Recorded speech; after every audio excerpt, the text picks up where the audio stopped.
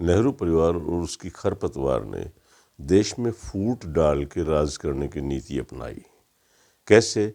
जैसे Simon commission ने कहा था उसी तरह से भाषा में, क्षेत्र में, जातियों में बांट दिया देश को।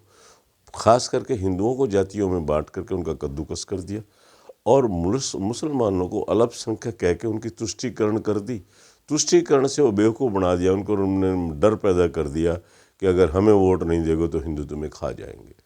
कहीं जातियों में हिंदुओं को बांट दिया कि हमें वोट नहीं देंगे तो जाट तुम्हें खा जाएंगे, कहीं तुम्हें अहीर खा जाएंगे, कहीं गुजर खा जाएंगे, कहीं राजपूत खा जाएंगे, कहीं सिख खा जाएंगे, कहीं मराठा खा जाएंगे, कहीं पटेल खा जाएंगे, कहीं मतलब जो जहाँ जिस स्टेट में जाति बड़ी थी उसी के खिलाफ ही जहर उगल दिया और उनको ही साध लिया, उनके ही मंत्री, उनके ही ये तो चलो छोड़ो बात, मतलब ये कि देश को इस तरह से बांट दिया कि हर शख्स जातियों में बट गया।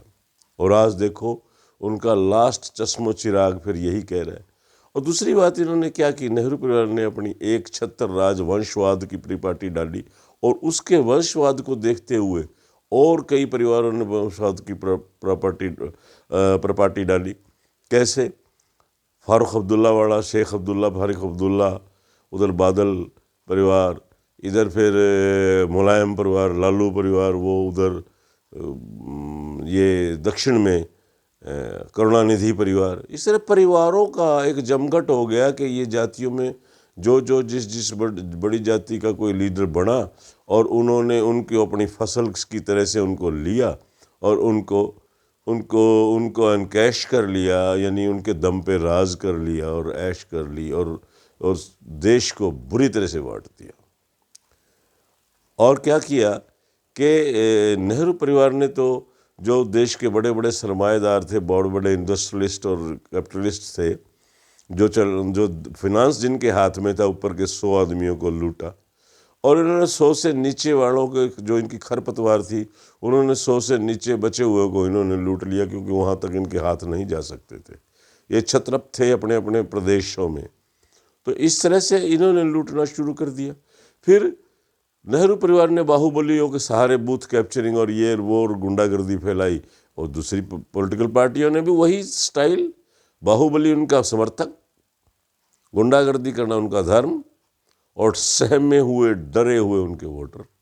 हाँ, वो जो नेहरू परिवार का वोटर सबसे ज़्यादा डरा हुआ था कि कहीं मुझे फलाना ना खा जाए, धिकड़ा ना खा जाए।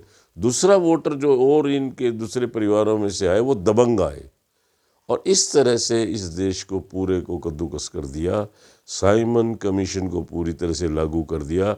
अब इस देश के नागरिकों में स्वाभिमान किसी तरह से भगवान जगा दे तो फिर ये हो कि स्वाभिमान इस देश में जाग जाए और ये परिवारों को ख़त्म कर दें, किसी भी परिवार को बिल्कुल तवज्जो ना दें, ना उनकी तरफ ध्यान करें, ना उनकी भीड़ बढ़ाएं, ना उनके चरणों में लौटे, ना उनकी गुलामी करें, सब बंद और देश को एक नई परिपाटी पे ले आए, मेरिट, गुणवत्ता, वर्च्यू।